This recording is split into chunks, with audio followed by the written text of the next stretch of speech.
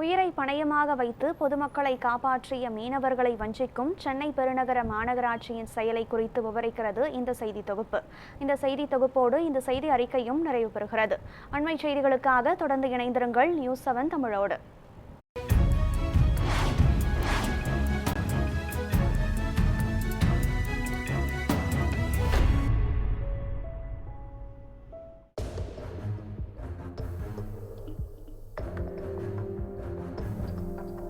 பருவமழையின் தாக்கத்தில் தத்தளிக்கும் சென்னை மாநகரம். ஒவ்வொரு ஆண்டும் வெள்ளத்தில் சிக்கும் பொதுமக்களை மீட்பது மீனவர்களின் சாதாரண வேலையாகிவிட்டது. உயிரை பணயமாக வைத்து பாதுகாப்பு பணியில் ஈடுபடும் மீனவர்களின் தியாகம் போற்றத்தக்கது. ஆனால் அந்த தியாகத்திற்கு உரிய மதிப்பீடு கிடைக்கவில்லை என அவர்கள் வேதனை தெரிவிக்கின்றனர். மீனவர்கள் தன் உயிரை பணி வைத்தோ தன் காலத்தை நேரத்தை பயன்படுத்தி தான் செய்கிறான். ஆனால் அரசு கொண்டு போகிற போட்டு கட்டுமரத்தை முழுமையாக பயன்படுத்தி கொண்டு அவர்களுக்கு நிவாரணம் வழங்குவதை காலதாமதாவதும் கொடுக்கிறது தயங்குவது என்பது கேள்விக்குரியாது. கடந்த ஆண்டு பெஞ்சல் புயலின் விளைவாக சென்னை முழுக்க வெள்ள நீரில் மூழ்கி மக்கள் வீடுகளுக்குள் முடங்கிய நிலையில் பட்டினப்பாக்கம், சீனிவாசபுரம் உள்ளிட்ட கடலோர பகுதிகளை சேர்ந்த 80க்கும் மேற்பட்ட மீனவர்கள் 40 ஃபைபர் படகுகளுடன் மீட்பு பணிக்காக களமிறக்கப்பட்டனர்.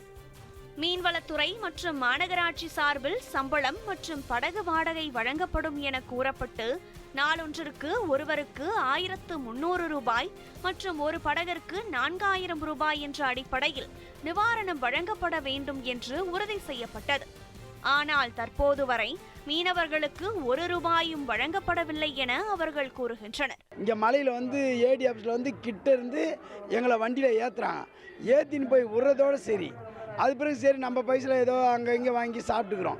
அது பிறகு அந்த வெள்ளம் வருதோ வரலையோ மழை உடைய இது தான். நம்ம ஒரு டைமில் அதிகரித்தா நம்மளை அவங்க காப்பாற்றுவோம், இல்லைன்னா தான் அரசாங்கம் நம்மளை அமுச்சு விட்ருவோம். ஆனால் இன்னமும் அது ஒரு 4 நாள் பைசா இன்னும் கூட போடாமல் இருக்குது.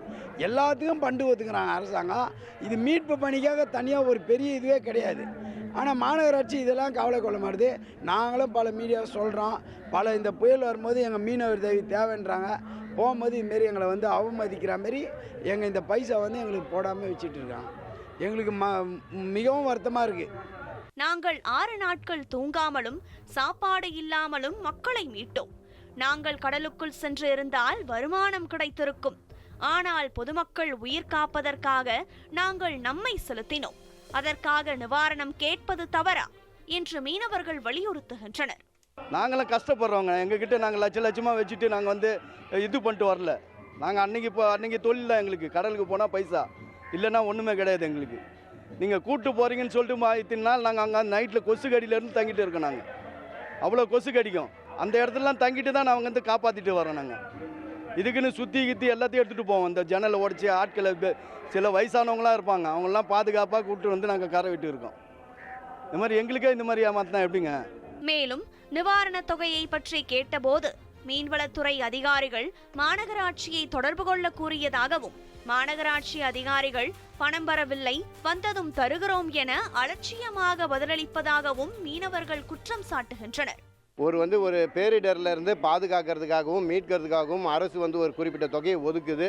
அதில் உடனுக்குடனே அந்த பாதிக்கப்பட்ட மக்களுக்கோ இல்லை பாதிக்கப்பட்ட மக்களை காப்பாற்றுறவங்களுக்கு தேவையான பணிகளை செய்கிறவங்களுக்கான அந்த தொகையை அந்த உரிய நேரத்தில் கொடுத்தா தான் அது அவங்களுக்கான மரியாதையாக இருக்கும். அதை விட்டுட்டு அடுத்த பருவமழை தொடங்கக்கூடிய மாதமே இன்னும் ஓரிரு மாதங்களில் வந்துட போது இது வரைக்கும் போன மாதத்துக்கான இதுவே கொடுக்கலைன்றது உண்மையிலே மீனவ மக்களை வேதனையாக இருக்க செய்யுது.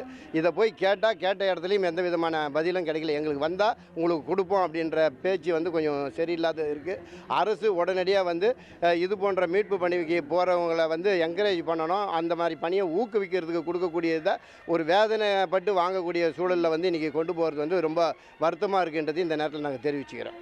இது போன்ற சூழ்நிலையில் கடல் சீற்றம் காரணமாக மீனவர்கள் தற்போது தொழிலில் ஈடுபட முடியாமல் உள்ளனர். எனவே மீட்பு பணிக்காக செய்த சேவைக்கான தொகையை உடனடியாக வழங்க வேண்டும் என வலியுறுத்துகின்றனர். உடனே எங்களை கூட்டிட்டு போனது ஃபிஷரிஸ் ஆஃபீஸு. அதில் 2 பேருமே ஜாயின் கார்பரேஷன் அதிகாரிங்க. இந்த ஃபிஷரிஸ் ஆஃபீஸில் போய் கேட்டால் நீங்கள் அங்கே போய் கேளுங்க கார்பரேஷன், அங்கே போய் கேட்டால் எனக்கு ஃபண்டு வரல, இப்படியே சொல்லி 9 மாதத்துக்கிட்ட எங்களை இழுப்பறி ஆகிட்டாங்க. நாங்கள் மன உளைச்சல் தான் நாங்கள் இருக்கிறோம். ஆனால் அடுத்த முறை அவங்க கூப்பிட்ட எந்த அதிகாரி கூப்பிட முடியும்? எங்களை எப்படி கூப்பிட முடியும்? நாங்கள் ஒரு கட்டுப்பாடாக இருக்கிறோம், நாங்கள் முடிவு எடுத்துக்கிறோம். என்ன மீட்பு பணி யார் வந்து கூப்பிட்டாலும் நீங்கள் போகக்கூடாது. தற்போது மீனவர்கள் கடலுக்குள் செல்ல முடியாத சூழ்நிலையில் வாழ்வாதாரம் பாதிக்கப்பட்டுள்ளது. இன்னும் ஒரு வாரத்தில் நிவாரணம் வழங்கப்படவில்லை என்றால் சீனிவாசபுரம் சாலையில் படகுகளை விட்டு போராட்டம் நடத்தப் போவதாகவும், பிறகு அதே அதிகாரிகளை வந்து கேட்பார்கள் என எச்சரிக்கை விடுக்கின்றனர். மேலும் மாநகராட்சி தாமதமின்றி மீட்பு பணியில் ஈடுபட்ட மீனவர்களுக்கு உரிய நிவாரணத்தை வழங்க வேண்டும் என்ற கோரிக்கையை மீனவர்கள் நியூஸ் 7 தமிழ் வாயிலாக வலியுறுத்துகின்றனர்.